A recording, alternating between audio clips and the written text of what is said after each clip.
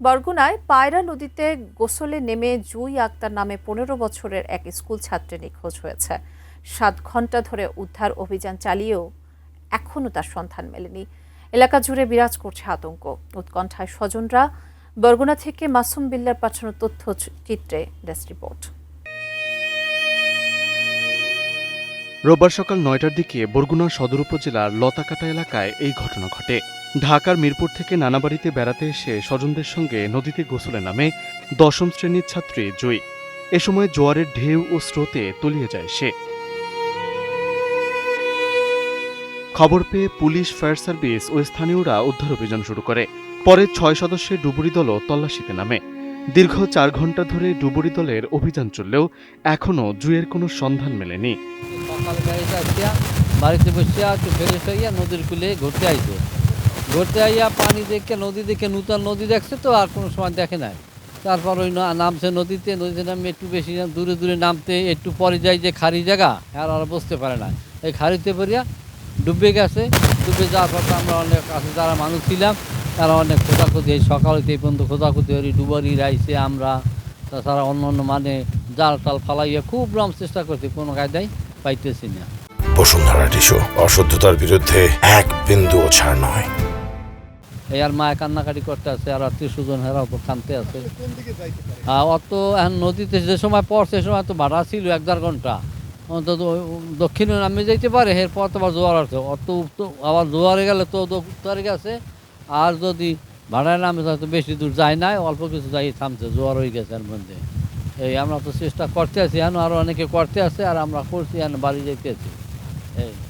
এই মেয়ে আইলে আত্মীয় বাড়ি বেড়াইতে আসছে, আইয়া আমাদের নদীর পাড়ে ঘুরতে আইছে মন্তর দেখে একটু ঢেউ, ও ঢেউ দেখে আর কি চরে নামছে। চরে নামার পর ওর সাথে একটা বাচ্চাও ছিল, মনে হয় যে ৭-৮ বছর, আর 2টা মেয়ে, মনে হয় 13-14 বছর বয়স হবে 2টা মেয়ের।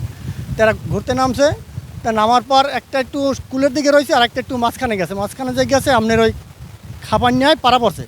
পাড়া পড়ার পর ও তলায় গেছে।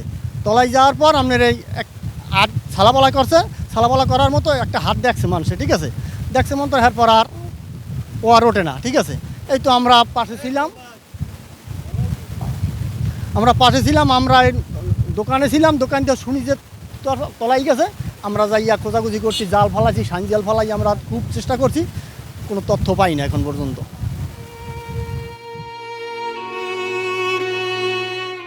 কান্নাজড়িত কণ্ঠে জুয়ের মা বলেন, এই পায়রা নদী আমার মেয়েকে গ্রাস করেছে।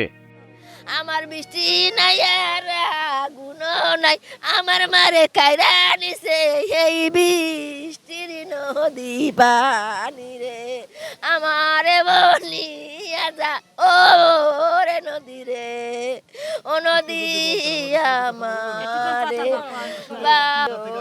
নিজেও জানি না রে। আরে মায় আমার সকাল 7টা বাজে নামছে। আরে মা, তারপর আর ওই যে জামা পরে আইছে, আমি এবার কই কি মা এটা তো গ্রামের বাড়ি, তুমি এটা খোলো। কয় মা এটা তো কম শর্ট না, লম্বাই তো। আমি থাক মা, ওটা কাদা পড়তো না, বুড়াইও না।